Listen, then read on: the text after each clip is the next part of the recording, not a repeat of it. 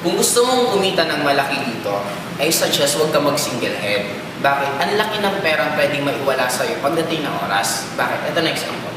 Halimbawa, ang market mo, 4 na tao. Sabihin natin si A, si B, si C, si D. Sila yung mga recruit mo. Ngayon, ang ginawa mo, single head ka lang, ikaw.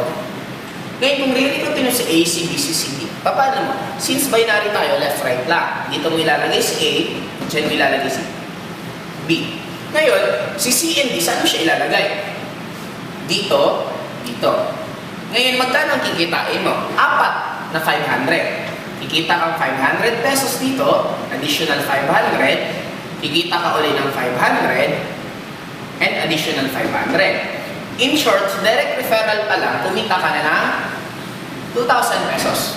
Ngayon, since pipiring ka, 1,500, 1,500, pipiring ka ng 1,500, pipiring ka ng 1,500, magkano kikitain mo? Automatic, kumita ka na 5,500 pesos sa 4 mong recruit.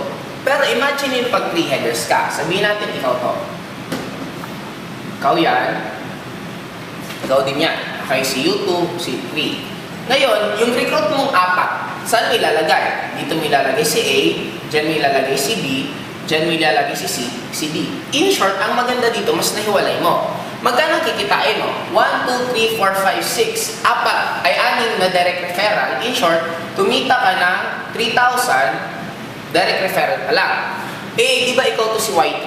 Si Y3 pumiling. Kumita si Y3 ng isang 1,500. Eto, si Y2 nagpiring. Kumita siya ng additional 1,500. Eh, ikaw pa rin to. Magkano kikitain mo? 1,500, 3,000, 4,500. In short, kumita ka ng additional 4,500. Ilan lahat ang kinita mo? 10,500. Same effort. 4 ang i-recruit, 4 din dito, 4 din dito. Kaya ano naging difference? Nag-differensya na magkano? Automatic differensya na agad ng 5,000 pesos. What more? Imagine mo na lang to. Sabihin na natin, pakita ko sa inyo. What if nag-recruit ulit? Sabihin natin, yung 4 na lang. Okay? Ito nag-recruit ng isa, ito nag-recruit ng isa, 1, 2, ito 3, ito 4. Magkano ang kikitain mo? Automatic, pipiling siya, kumita ka ng 1,500, 1,500, meron kang additional 3,000 pesos. What if ito, nag-recruit ng tig-isa? Isa, 1, 2, 3, 4. Si Y2, kumita siya ng 1,500. Si Y3, kumita siya ng 1,500. Si Y2, si Y, kumita siya ng 1,500, 3,000.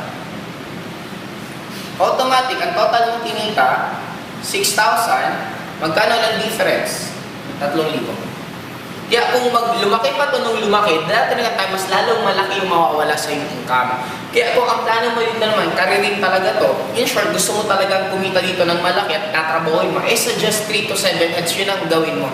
Napakaganda naman. Huwag ka lang magsi-single head kasi darating talaga ang time, manginginayang ka. Pwede kang mawala ng milyon. Imagine mo, pag lalong dumami yan, ito nga, nag-negative ko talagang 3,000.